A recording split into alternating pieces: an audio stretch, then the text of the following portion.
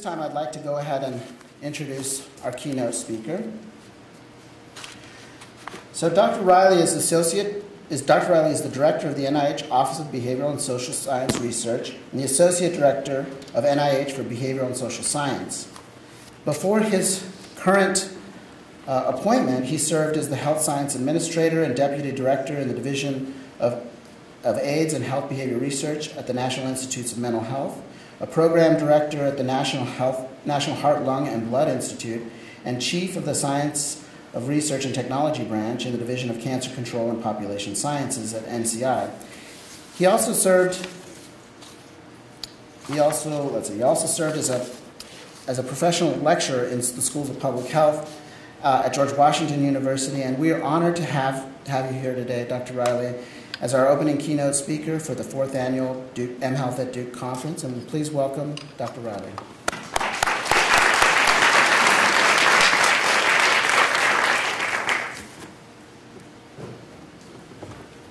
Thanks, Bernard.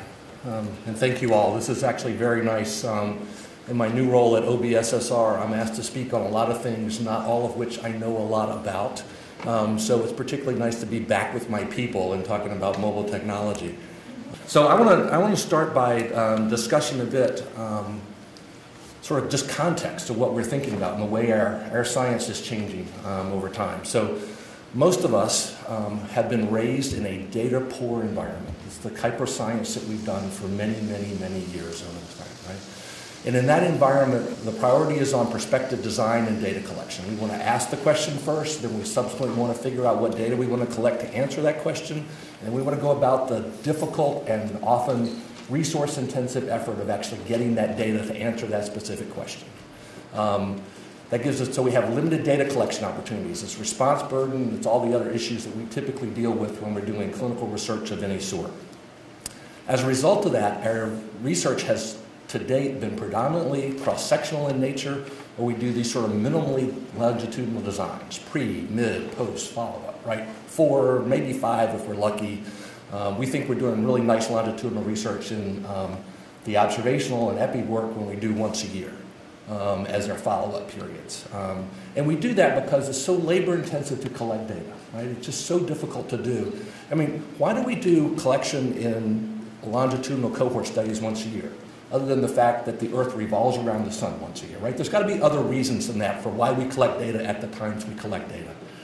We're unable to assess and control all the myriad confounds that we have from that data as a result, because we can't collect all of those various sort of aspects. And as a result, most of the time, we control via randomization, right? We control by assigning all of those confounds to error and hoping that amidst all that noise, we can somehow find a signal from that. That's what we've done in a data-poor environment. I want us to think about what it would look like in a data-rich environment, okay? And there we have a number of examples, right? Meteorology is a data-rich environment. Plate tectonics is a data-rich environment, right? There's tons of data being collected all the time on a routine basis, and the goal here is to be predictive in the way people think about it and try to explain the phenomena, right? For those of you who believe, just as an offside here, those of you who believe that the only way to infer causality is from a randomized controlled trial, all of us know that the movement of the tectonic plates causes earthquakes. No one did a randomized controlled trial to show that, right? Yet we still know that as a causal inference. So there are other ways to do that. The Hadron Super Collider is another example of that, and of course cosmology. So there's all of these sort of data systems in place where people are collecting large amounts of data. They're not necessarily asking the question first, and then collecting data only to answer that question and then throwing that data away. Instead, they're collecting large amounts of data that will answer a number of questions and using that as a base to then subsequently answer the specific questions they need to ask. So all this data ends up being temporally dense, ends up being primarily computational in nature in the way the data is analyzed, not necessarily statistical, but more computational models, and I know Donna will talk about that a bit more. And the focus is on being predictive. So if you think about particularly behavioral and social sciences, where I live and breathe, we often think about sort of causality. In reality, what we really want to do is explain and predict behavior. And we can explain and predict behavior without necessarily having to do some linear causality. The example of the meteorology one is a good one. If you ask a meteorologist, does a low-pressure cell cause jet stream to move in that direction, or does the jet stream cause the low-pressure cell to be where it is? In reality, they both interact, and they interact dynamically over time, and they would consider that a fairly silly question to ask, right? Because they know that there's this dynamic back and forth sort of causality that's going on. So how do we get there? So I'm just going to do a quick sort of, here's how meteorology got there, right? Originally, it was very local, limited data. Everybody had their own little thing with their temperature and their blood pressure and their wind vane and their wind direction and stuff and all that kind of thing. And it was all disconnected. They then leveraged communication to be able to connect that. And at the time when they did that, that was mostly telegraph. We now have better communication systems for integrating and connecting data than that. But we need to be able to connect that data across all the different places where it's coming from. We've got to set standards for data integration. This is one of the places where we are particularly weak in the biomedical field and the behavioral sciences field right now, is in being able to integrate data, have it standardized and linked together in a way that's meaningful from one data set to another. So that each one of us is not collecting our own little independent data set that nobody can share and nobody can link with anybody else's. They continued to leverage the technical advances as they went forward. So they didn't say, well, our standard is that we're going to do ground-based when they then had weather balloons. And they didn't stop at weather balloons when they knew they could do satellite imaging, right? They just could advance the science, advance the technology as it moved forward. And the result was that they ended up with a very rich and integrated, computationally modeled system to explain and predict phenomena. That's, I think, what we're trying to achieve in the biomedical and behavioral sciences as well. I think we're getting there, and that's this room, I'm preaching to the choir, right? This is one of those places where I think we're getting there. We're rapidly accelerating all this technological development. So ecological momentary assessment, which we've all been doing for well over a decade, delivered on cell phones. I remember the time where we used to hand these things out on PDAs and hope we got them back from people. We don't have to do that anymore. All the digital traces that we leave throughout the day, Sandy Pentland calls these digital breadcrumbs, that we just sort of scatter throughout the day as we interact with social media and our phone and our refrigerator and my thermostat on my wall and everything else that goes on, where I'm leaving a digital footprint of all the things that I'm doing throughout the day. And then all the sensors that we have that will passively and near continuously monitor health risk behaviors, whether those are physical activity sensors, smoking sensors, et cetera, et cetera. And then the application of all that using computational modeling and some new statistical modeling approaches. If you think about this, we haven't really dealt with this sort of temporally dense streaming data at an analytic level the way we probably should. I will confess that in my early days of doing this work, I had continuous data on intervention work and chopped it up into pre, mid, post, follow-up. Why, right? But only because that's what I was used to and that was what I was comfortable doing. And I could do analyses on that. I could do a repeated measures design with that. I didn't know what to do with near continuous data. We're much better at that now, and we need to continue to improve those analytic capacities to be able to make that work. Okay. So I'm going to shift because I think one of the things on the horizon is a precision medicine initiative. In addition to being the director of OBSSR, I've been living and breathing this as the interim director of the deputy director. Be careful here. The deputy director of the Precision Medicine Initiative. Those of you may have seen Eric Dishman has been announced as being the director of the Precision Medicine Initiative for the NIH. I think that's a really nice step for us, and if you think about of all the people that could be put in that position, it's somebody who is based in Intel, who's a medical anthropologist by training. It's a good fit relative to the kind of things that we want to do, especially for those of us in the technology space. And so he'll be starting in June, and I'll be staying on as deputy director for some period of time and then handing that off so I can go back to my day job. But on precision medicine. So back, this was, gosh, where are we now? A little over a year ago. January 20, 2015, the president announced the Precision Medicine Initiative in the State of the Union address. It was the only time that I counted in that address where both sides of the aisle actually stood up and cheered. That doesn't happen very often anymore in State of the Union addresses, but it happened on that. Everybody seems to be for health. That's been good for the NIH in the last couple of funding rounds, for sure. And then a little bit later in the White House, he had an event where he really sort of officially launched this with all the people that were there. I will tell you that this really is, and I say it very often, I say it's the President's Precision Medicine Initiative. He buys into it, he gets it, he understands it, It's not that Francis Collins hasn't been whispering in his ear for the last 7 years that we need to do something like this, but he gets it and understands it and actually can talk without notes about what we're doing and how we're doing it. So it's really something that he's been quite involved in over the course of time. And sometimes the White House has been maybe a little too involved, but that's okay. That's another story for another time, probably over a beer at the local bar later tonight. Anyway, at the same time that that was done, Francis Collins and Harold Varmus, who was the NCI director at the time, wrote this perspective on a new initiative for precision medicine. If you haven't seen it, it's a really simple and short kind of commentary piece that they kind of do a basic overview of what it is that we're trying to accomplish there and what the effort is about. But the part I wanted to pull out, because a lot of people think about this as sort of a genomic study, right? It's that omics piece of this. Precision medicine is driven by this omics end of the spectrum. But they're talking about molecular, genetic, cellular, clinical, behavioral, physiological, and environmental parameters.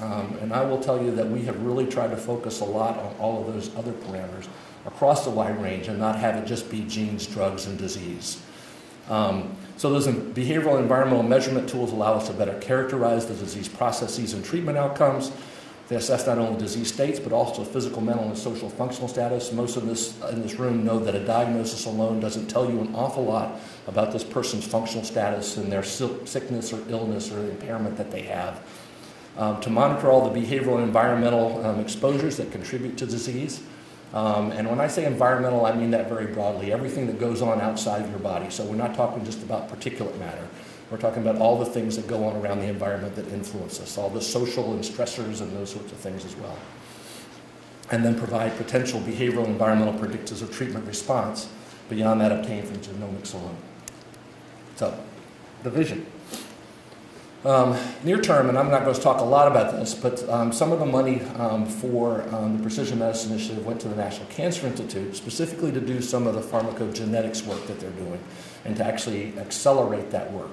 And I'll spend a little bit of time on that area, but I'll spend most of the time on the cohort study, the longer term effort, which is to create a national cohort of over 1 million volunteers and generate a knowledge base for precision medicine. And then policy changes as well, and this is one of the things that I think is really exciting about this effort, is that when you have this 800-pound gorilla in the room called precision medicine, and it's sort of driving toward 1 million plus people and getting their data and doing precision-based sort of research and all of that kind of thing, some of the things that need to happen in the government around regulations that hinder that process, all of a sudden when the president calls you and says, we need to fix this, right? So the ONC makes it more easy or easier for people to actually exchange their electronic health records, or the FDA makes it a little easier for someone to come in and say, I have something that is useful for this particular subset of a diagnosis, but not for others. And how do we develop claims based on that? That tends to kind of speed up and streamline a bit. So I think across the board we're looking at, for beyond precision medicine, at basically sort of streamlining and improving some of the regulatory processes while maintaining patient safety.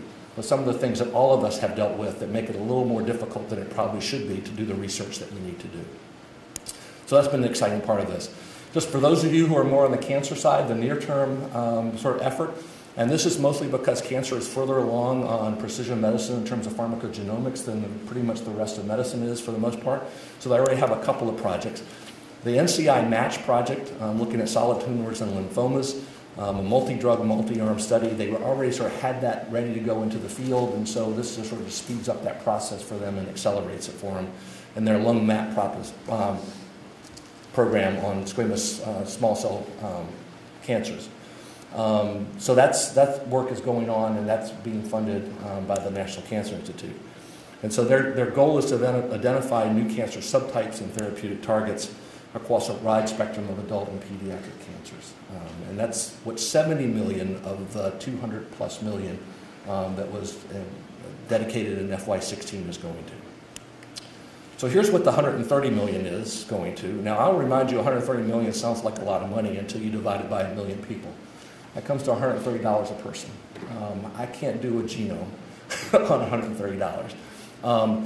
I will tell you that even when people come and say, I've got something that we can do, it only costs $20 a person. Well, that's 20 million, right? It doesn't take long for that to add up if you're dealing with 1 million people, which is part of why what you'll see as this thing moves along is that it is streamlined and focused and not the typical sort of epidemiologic cohort study where we hang ornaments on the Christmas tree until it falls over on its own weight, but instead something that's pretty basic and focused in what it's trying to do. We're going to get those million-plus volunteers from two places. One, from health provider organizations, and we right now have a large number of health provider organizations that have applied to be part of the effort, and we're doing reviews that will be done probably by end of May for all of those. And then the part that's really unique for us is actually doing it from direct to volunteer efforts. The president was very clear that he wanted anyone to be able to raise their hand and be part of the precision medicine initiative. So every single one of the people in this room can raise their hand and say, I want to be a participant in the precision medicine initiative, and you sign up and you're on and you're in. And we'll talk about what that means in terms of representative samples later, but that's clearly one of the issues. But I think it's been nice to be able to think about this in terms of having direct volunteers involved in this process. Those participants, one of the things that's been really heartening for me about being part of this work has been how much participants have been at the center of this effort. They're essentially involved in design and implementation. We want them to be able to share pretty much everything. It's more of a donation model than it is a IRB consent model, right? We still have to do IRB consent, but the concept here is it's your data, you're responsible for it, you're in control of it, you're the one who says, yes, I want to donate my electronic health record data to the PMI, and you're the one who says, yes, I want to donate my genomic data to PMI. I want to donate my location data and movement data that I get off of my phone to PMI, right? It's a donation model. So it's both that kind of perspective as well as a more citizen science sort of perspective in which some of this data will actually be made so widely available that any one of the participants can go in and look at data by their neighborhood and by their county and by their state, et cetera, et cetera. Okay. So essentially trying to develop a new model with engaged participants and open responsible data sharing with all the appropriate security and privacy protections that we need to have in there as well. I will tell you, without getting into a lot of details about security, it's one of the things that we worry about on a day-to-day basis. The last thing and the thing that will most shoot down a million-person cohort is somewhere in the first 100,000. We have some security breach where, regardless of how mundane or non-sensitive that data is, somebody else knows about something about you. So we're trying to be particularly careful about that as we move forward. So this is what the Precision Medicine Initiative looks like. I think I can point. Yeah, I have to kind of get backwards here a little bit to do it. The parts that we've, well, you said not to do that and I did it. This part we funded. Actually, I can do it like this, can't I? This part we funded already. So already in the field through other transaction authorities, which is kind of a new model for us to do things as quickly as we've done. We funded a direct volunteer effort that will look at patient engagement and how we, via the web and via mobile technologies, are able to engage and keep people engaged as a cohort throughout 10, 20, 30 plus years over the course of time. We've also, what's S for S stands for Sync for Science. So we're also have a pilot that's going on in which we're trying to see if we can improve using FHIR technology APIs, if we can improve the way in which electronic health record data is shared. So that ultimately, a direct volunteer should have to do nothing more than say, here's my provider, and click the button, authenticates the data, sends the EHR structured data to the PMI, and we're done. And that data is already there, so they don't have to do anything any more than that. And that data comes over in a structured form. Right now, we can always get EHR data, but as you know, it comes over in this scanned, ugly PDF file that still needs to be manually entered. We're trying to see if we can bypass that. We're very concerned about the diversity of this group and making sure that we have as diverse of a population sample as we can. Federally qualified health centers are another big piece of this, so the community health centers, and trying to make sure that we include them in the process and bring in as many of those as possible among the health provider organizations that are donating data.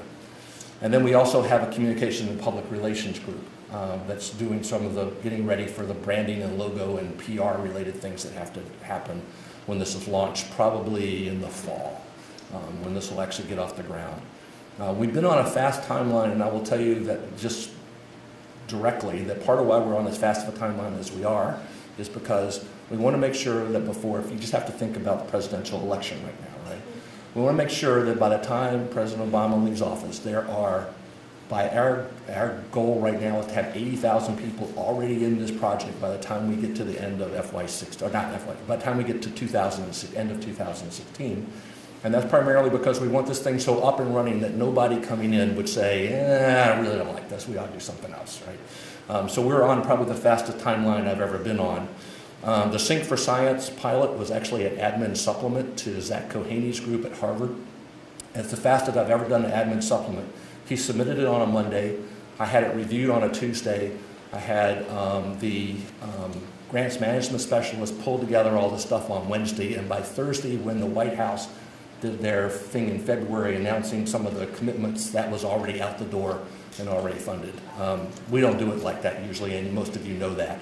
But it helps when, you know, Francis Collins is willing to call a grants management specialist and say, can you do this in a day? It tends to kind of get done in a day in those situations. So it's been interesting kind of working in a world where I don't really have to ask for much, and if I do, either Francis Collins or the Secretary Burwell or the President himself is willing to make a call to make sure things happen. So I wish all of my projects were like this, but this is the only one I've ever worked in like that. The other parts of this are the things that are not funded yet but are coming along. So the stuff at the top, all of this right here are the things that that will be part of the sort of the way the governance structure is for the Precision Medicine Initiative. The things that we're funding that are currently already in applications and will fund, again, probably in June, July at the latest, are the Precision Medicine Coordinating Center, which will have an administrative core, have a data core to manage all the data coming in, because it'll be the core data repository for all this, and a research support core. So all the ways in which, once this cohort is up and running, that all of you can go into a data enclave and pull data and use data and analyze data and get what you need out of it. That's the part that will be part of that research support core. And we're really sort of hoping, as we looked at other cohort studies and how well they're used or not used, we've been trying to learn some lessons about how we can improve the use of these things so it's easier for researchers to go in and do that. The other thing I'll mention about this is that this is a contributory kind of process, right? So if you come in as a researcher and you say, okay, the cohort has these data, and I need these other additional data on diabetes patients or patients with MIs or whatever, and you want to include those additional data, those get included in that effort, right? If that's part of the funding that you have to be able to put that in. That data then resides with the Precision Medicine Initiative as well. So the database continues to build as each researcher comes in and collects additional data that resides in the PMI. So it continues to sort of build over time as we go along. Then there's probably going to be a number of health provider organizations, and it might actually be more than 7 depending on funding. We have a biobank that will specifically be charged with storing and handling all the biospecimen materials, both blood and urine. We might do saliva, but that's kind of questionable. And everybody wants to do stool samples now because, you know, of metabolomics and that kind of thing. Or microbiome, excuse me. But so one of the things we'll have to do is think about how we pull that off, because that's probably one of the harder ones to be able to get samples on. The thing that this group will be particularly interested in is that there's a participant technology center. There's a center specifically focused on using mobile technologies, sensor technologies, all the sort of things that we need to be able to do in order to be able to bring us up to the 21st century in the way we collect data using mobile and sensor technologies. So they'll be trying to work on smartphone sort of applications and pulling those in. We'll do a combination of both sensors that go out to a subset of participants, but primarily actually the sort of bring your own sort of sensor, and when people have that data, how do we get that into the system? How do we validate it? How do we make sure that it's linked? So if you've got a Fitbit and someone else has a Jawbone, and I don't know what those algorithms actually are that are underneath, how do I actually link those together so I have some estimate? All of that work will be done by the Participant Technology Center. I do it good. All right, so this concept's not entirely new, right? This concept of precision medicine. If you have eyeglasses, you had a precision medicine, right? They actually did an evaluation, they decided this is the treatment that's appropriate for you, and they adjusted your glasses to fit that. Hopefully, if you've ever had blood given to you, it was actually of the right type, again, because of the precision medicine approach. It's also not unusual for us in the behavioral sciences, and we've been doing precision medicine for 30, 40 years now, at least certainly 20. Most of you might remember, if you go back far enough, in the alcohol literature, Project Match. It was one that actually it failed to show a match, but it was an effort to basically go, here's 2 different types of ways to approach alcohol abuse and alcohol dependence. And we think we can match people in terms of how they would respond to one versus another. And we're going to look at matched versus unmatched participants and whether there's any difference. They didn't really find much of a difference there in that, but that was one of the first large-scale studies in which we tried to do essentially a precision medicine approach. Obviously, what we're trying to do is make sure we get beyond treatment A is better than treatment B, right? We want to know for whom, which is how we've used terms like tailored and personalized and precision. So we can predict up front which type of patient will respond to which treatment. We also, though, and this is the additional things I think are particularly important for behavioral research and behavioral interventions, in what context and at what time. Most of our interventions, I would argue, might totally fail with a person at time 1. And at some other time in the future, that exact same intervention would probably succeed, right? Because the context has changed, the time has changed, their experience has changed, all of those things have changed. That's not as complicated as it is in the biomedical space. And so one of the things that's very difficult for us in the behavioral intervention space is to understand which context and at which time these things are being delivered. Donna's going to talk more about this in the afternoon, I know, but just-in-time adaptive interventions or ecological momentary interventions fall in that category. And then also trying to understand, among all these interventions, what combination and in what sequence. Because again, in behavioral sciences, most of our stuff is multi-component. It's not just a single active ingredient, so we have to figure out in what combination is that optimal, and in what sequence should we actually give it in. And it's the sort of things that really have been driven by the mobile health revolution, because that's where we start having to actually have the algorithms to operationalize the treatment before we deliver it. But what we have to be able to do is identify robust moderators and mediators. They have to be reliable, intensive longitudinal data to be able to do that. And we have to have conceptual models that will guide what we're doing, which I've had some interest in.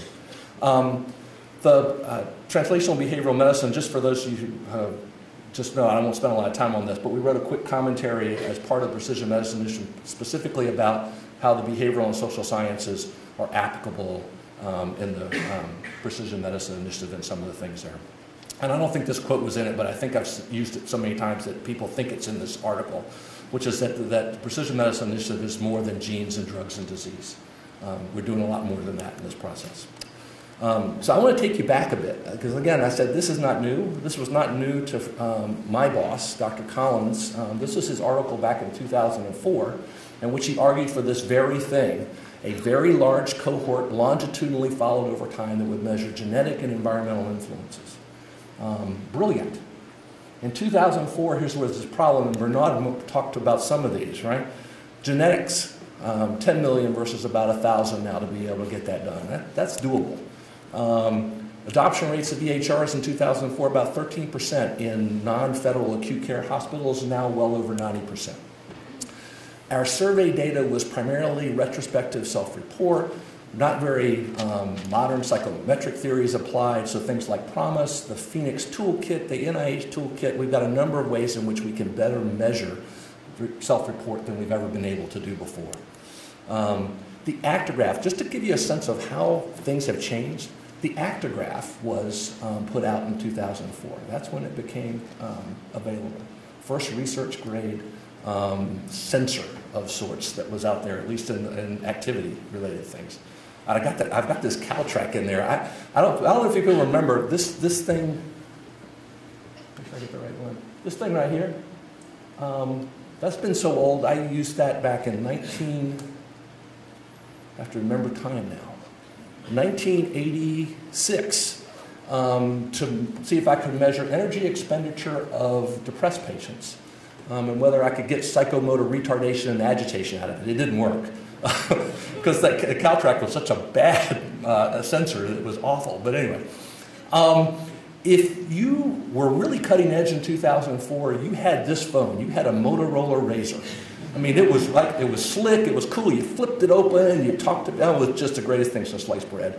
We've moved a little bit from that. And the number of apps you could buy in the App Store in 2004 was 0. Because the iPhone didn't come along until 2007, the Android not until 2009. Right? So Francis, he likes for me to say this, he was a little ahead of his time.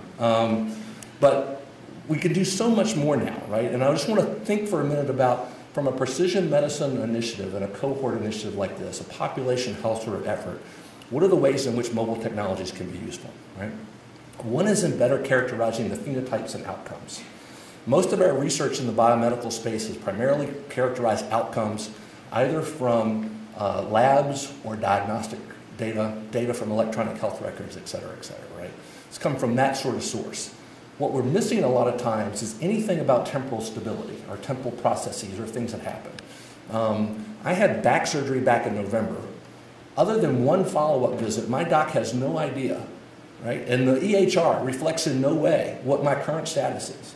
How functional I am, how much I'm walking right now versus how much I walked before the surgery, et cetera, et cetera. None of that stuff is in there, right? So being able to better characterize those outcomes and better characterize the phenotypes that we have and subsets of phenotypes, right? There's multiple types of diabetes, but there's also multiple types of functional status. And people who have different types of functional status for the exact same diagnosis. So all of those things are things that I think we can capture, whether it's via EMA procedures or whether it's via sensors and that sort of thing. We can better characterize the treatments. If you think about this precision medicine initiative, we're going to have to link the treatments that are prescribed to the diseases that they're prescribed for to the outcomes that happen as a result of that. That makes a big assumption that the treatment as prescribed is the treatment that was actually delivered, right? Which is not the case, and all of us know that's not the case. That adherence rates are somewhere around 50%, 70% if you're looking at really good adherence rates across some different types of meds. And we have to be able to characterize those treatments and how often they're used, whether that's with dispensing records or pharmacologics, but also mobile sensors like smart pill boxes.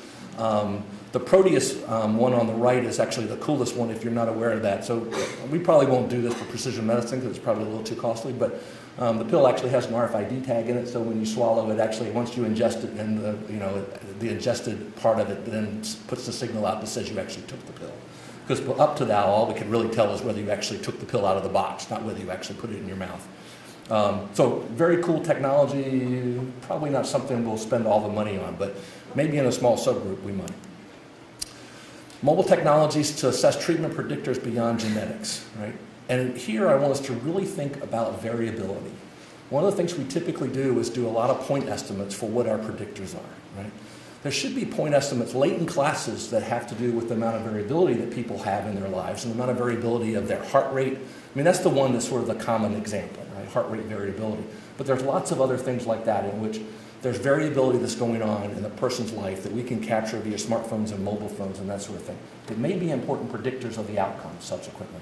And being able to connect to that will be really important, as well as social networks and other types of things in the social and environmental sphere that will be predictors beyond genetics and how we do that.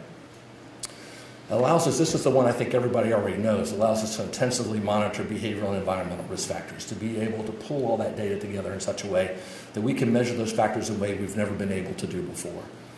It wasn't that long ago that all of this was done via retrospective self-report.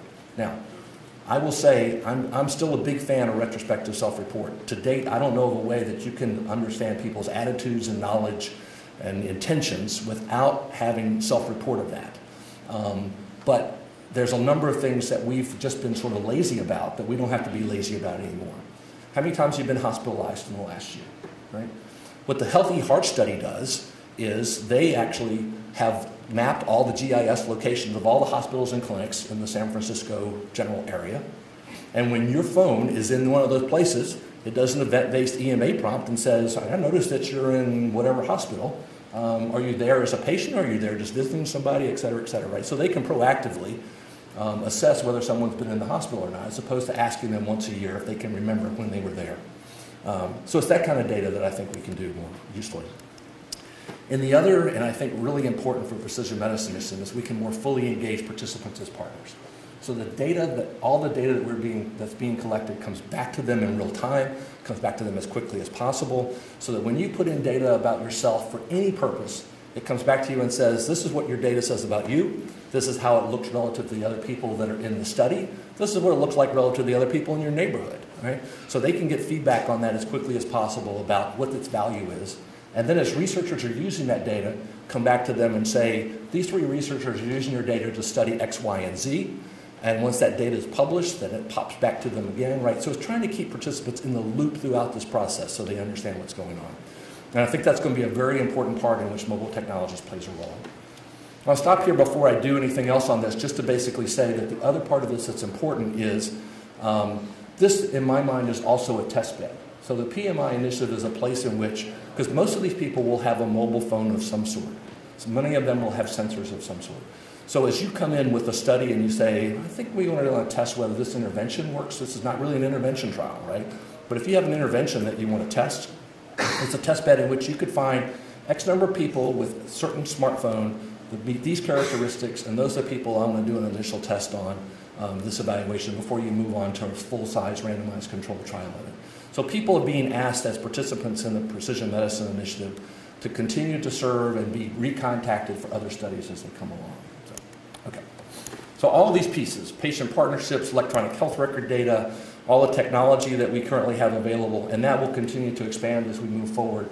I have to tell you that the scary part for me about the technology space is whatever we're telling folks that we're doing now, I just have to think back to 2004, is not what we'll be doing 10 years from now. 10 years from now, it'll be a whole different set of technologies, and we have to be able to be adjusting to that as we move forward. We can't lock a protocol in place and leave it there. So we have to adjust that, and then the critical part will be we'll have to be able to link that data, right, for trend analysis. We'll have to figure out a way in which this new sensor, which is more precise and much more accurate, gets linked to the other data from a previous sensor that wasn't that great, and still be able to do trend analysis across that time. And then the data science piece, to be able to do the analytic work that needs to be done on a very large data set. And it's really not the 1 million people that makes this a large data set. That's a big piece of it in and of itself, but it's the amount of data on those people that will make this an extremely large and difficult data set to deal with. This is where you can find out more information about the Precision Medicine Initiative. There's more that's coming down the pike again and again along the way. There'll be a number of announcements about who the coordinating center and the other awardees are sometime in the next, certainly by summer at the latest. If it's not by summer, I'll probably be fired, so it's got to happen by then to get this done. And I'll stop there and answer questions. I already have one. Thank you.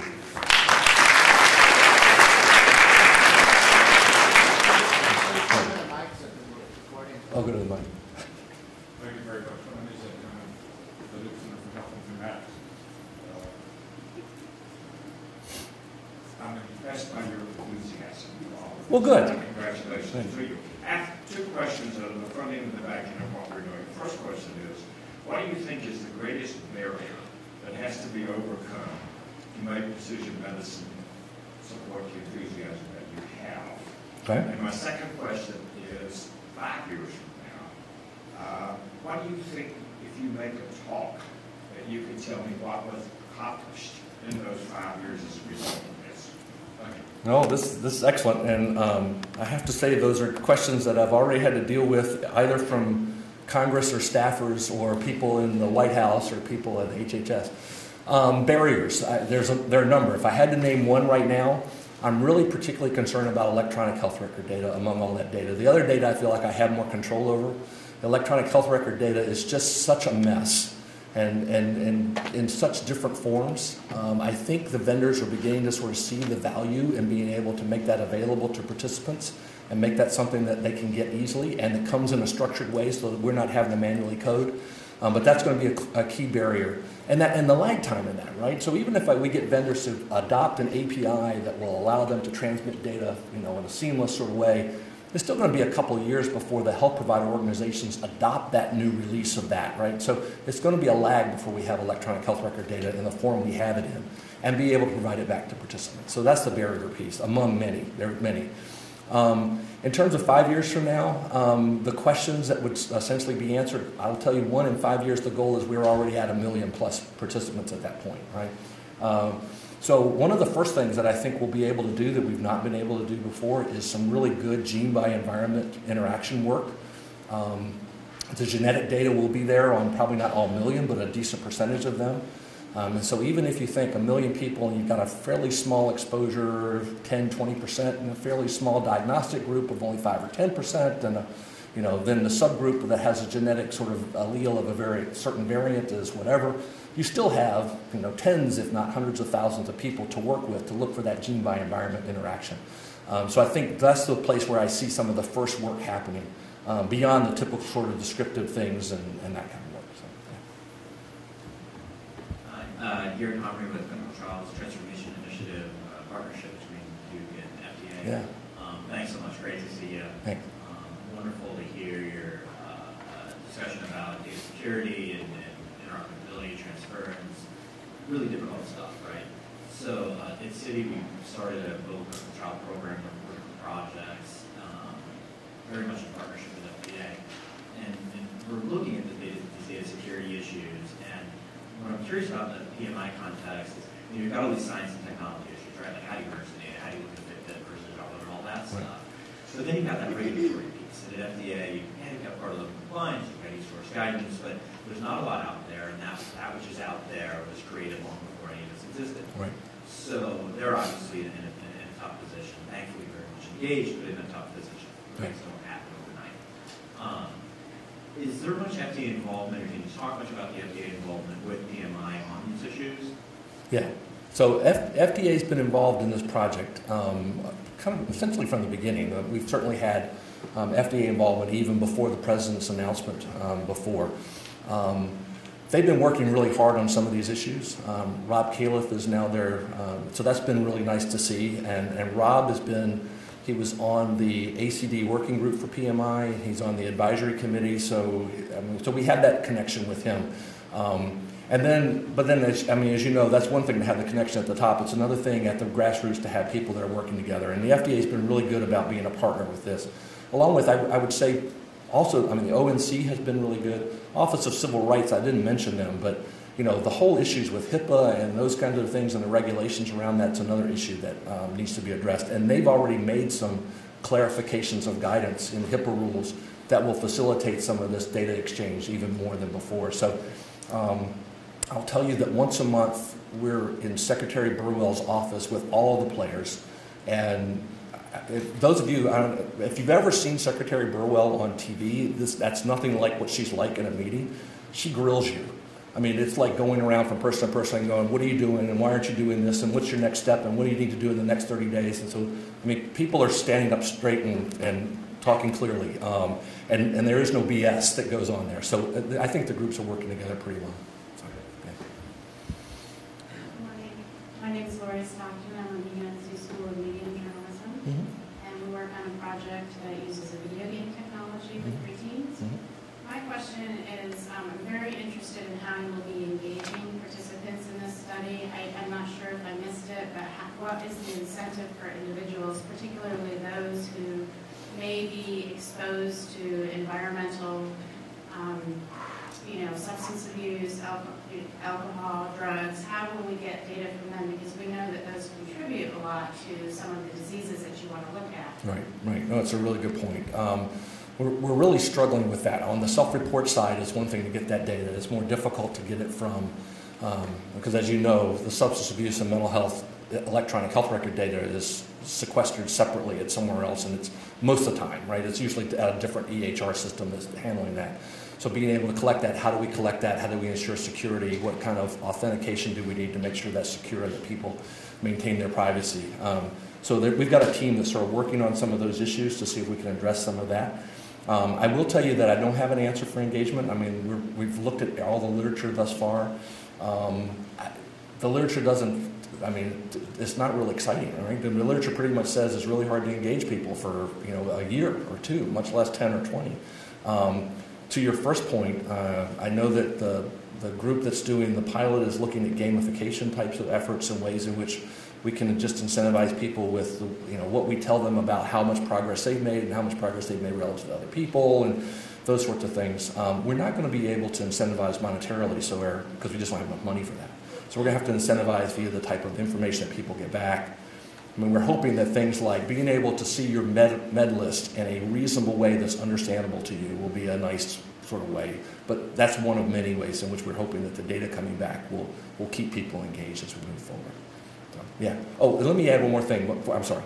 The other thing, and this is, those of you who have done the traditional cohort, and I fight this on a daily basis with this group, everybody believes that you take all these measures at baseline, right? You walk somebody into a room, you do the labs, you do all the physical exam, they do a day's worth of self-report, and then they leave, and they don't come back for a year. That's not our model, right? Because of the technology, I can have you do one module on the website, and then a week later, I can ping you on your mobile phone and say, would you answer 3 more questions for me about smoking, right? And then move on to other things. And so that engagement goes on forever, right? So it's not like this one thing and then they forget about you for a year. There's always being pinged on a weekly or monthly basis at some level to kind of keep them engaged in the process. Thanks very much. I appreciated your comments. I'm freelance media, interested in science communication. So it's a great pivot to this next question. Where can the public learn more about how study design changes with continuous stream data? We ask for engagement, but now people need to understand what is the shape of this design going to look for. Right. They may not have the precise terms, but boy, they're smart. Yeah.